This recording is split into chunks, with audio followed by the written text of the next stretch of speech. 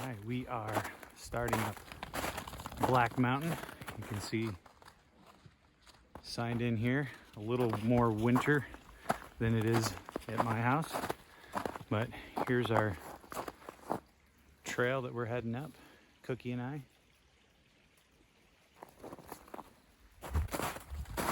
So we have about a 2.5 to 3 mile hike up to the summit, depending on what you read.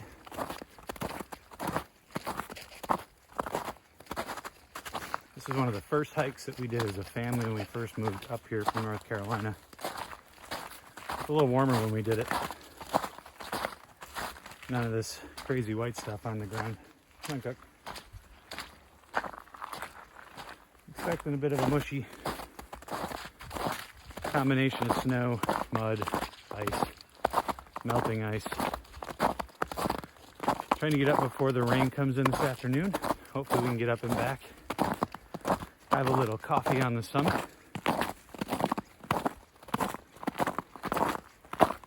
First part of the trail is moderate to easy.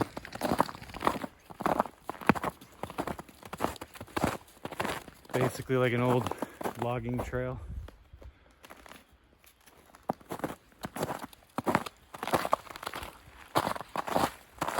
Does get a little rockier at the top. Memory serves.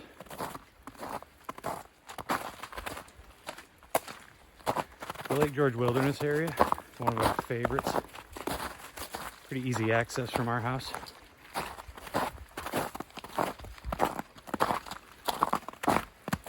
And this is the tallest point in the Lake George area, so good views, pretty place to go. We'll catch up a little farther down the trail.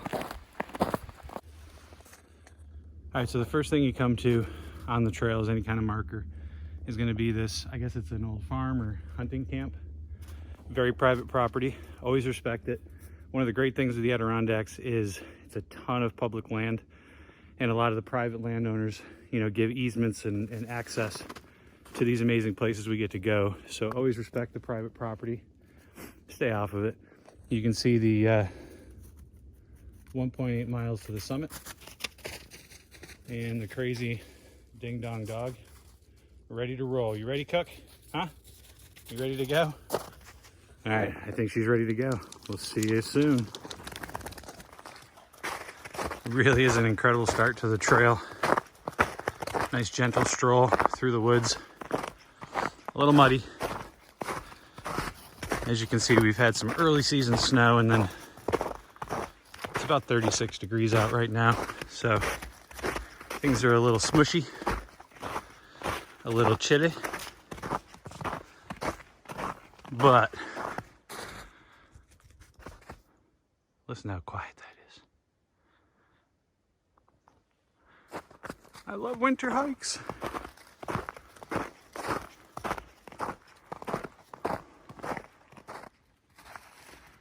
All right, not too much further up the trail. We got a juncture here. Junction. So you got two options. If you weren't looking to do the summit, the trail to the left is a whole bunch of different ponds. Actually did this whole round trip thing through all the ponds a couple of autumn seasons ago, and it was, I don't know, about 12 miles total hiking to most of them.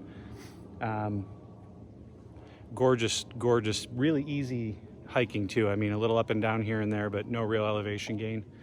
Amazing trip to make in the fall. There's lean-tos at the different ponds.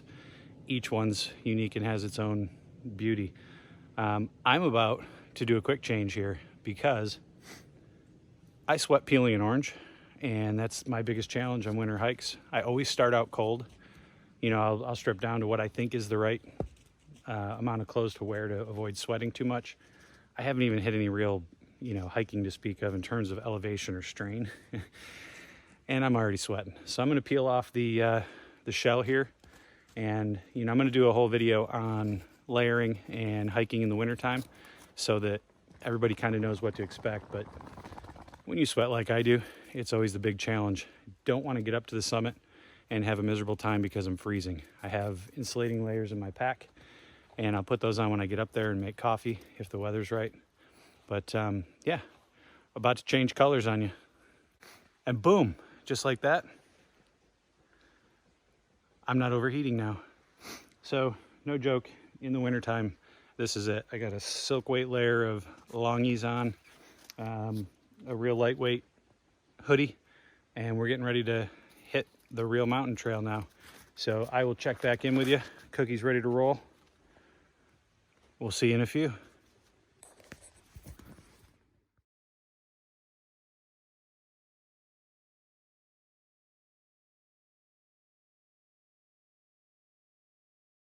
So one of the other great things about the Adirondacks, it is mixed use. So different classifications of different parts of the park are for different activities based on their classification. This particular trail is also part of Snowmobile Trail Network. You can see this goes up. It's certain trails that are mixed use. Some will have hiking signs, some will have skiing signs. A little out of breath hiking in the snow. Hashtag get in shape. There's mixed feelings about that. Some people are purists and they want everything to be, you know, completely wilderness. And I don't know. I like this because it gives everybody a chance to do their own thing as long as everyone's respectful of the park and the surroundings, which is a big if a lot of times, unfortunately. But if you ever want to go snowmobiling in just an unbelievable place in the right winter with the right snowfall, the Adirondacks are amazing. Hundreds and hundreds of miles, if not thousands of miles. I'm not a snowmobiler, so I don't know the 100% on that. But great place, a lot of cool towns that in the wintertime are just nothing but wall-to-wall snowmobiles. Huge subculture that seems to be a lot of fun. So that's Snowmobile Trail Marker.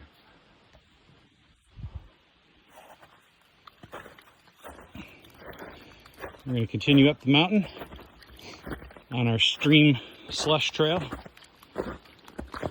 And if anyone knows any tips for teaching your dog not to take the wettest part of the path, please feel free to comment below, because it doesn't matter if it's 75 or 25, this little knucklehead just loves to get wet. So we are off. See you in a bit. All right, so we are about to hit the steeper section, the last little bit of the trail, a little bit, maybe a mile or so. As you can see up behind me here, it is very definitely gonna get a little steeper on us. And from what I remember, it's a pretty good gradual incline. It's nothing super crazy, a couple spots maybe that are on the harder side of moderate, but for the most part, I would definitely call this one a moderate trail. So we're about to go. As you can see, short of getting naked, I'm sweating. Gonna be a little bit sweatier as we go. So it is what it is. Just be prepared for whatever you're in for. Know your body, know your limits, and be safe. See you in a bit. And presto changeo, I'm down to my last layer. Now, I literally have nothing left under this to take off. So whatever sweating I do from here on up, I'm just gonna have to deal with. It is a little warmer than usual for winter hikes. I mean, I know it's 36, and for a lot of people that's probably like, yeah, I'm staying home and eating some chili. But if you're gonna hike in the winter, this is a perfect video to show how layering works. And then I'll show you when I get to the top what I put back on, because that's really where the danger is. Once you start, you know, sitting around in one spot, the wind's probably blowing pretty good up there, and you get chilled, and hypothermia can be a real problem real fast. So sweaters, we can hike too. Just don't bring sweaters. All right, we're gonna carry on up the hill.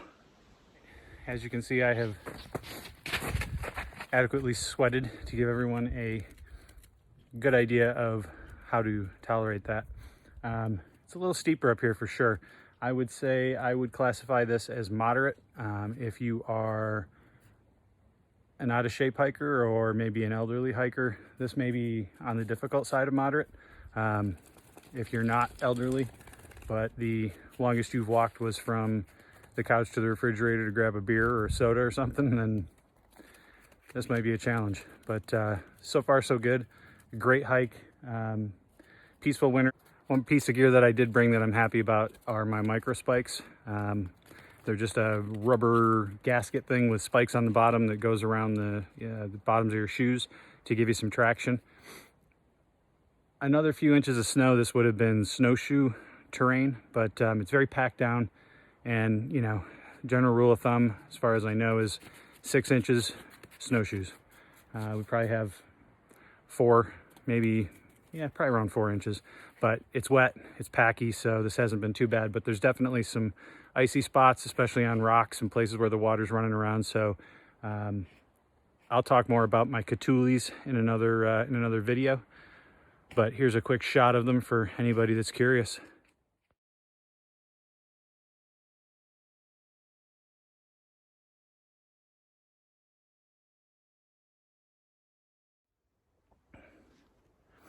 So the heart rate's back to normal. Hopefully the sweating is a little more under control, and we're going to continue up to the top. I don't think, if memory serves right, that it's that much farther up, but last time I did this, it was the height of summer and everything looks a little different and change of season.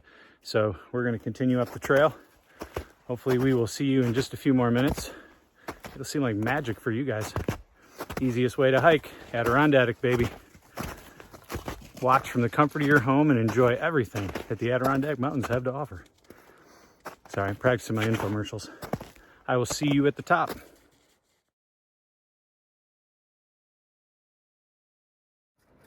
All right, we are just about to the summit. A couple things up here. That is one of the old original fire towers in the Adirondacks. This one's not open to the public, which is kind of a bummer, but it's also been made into a cell tower and radio relay and whatever else all the equipment is up there, so I get it. Some of the fire towers in the Adirondacks are open to the public though, which is really cool. You can do some nice fire tower hikes. As you can see, that last bit was a little bit steep.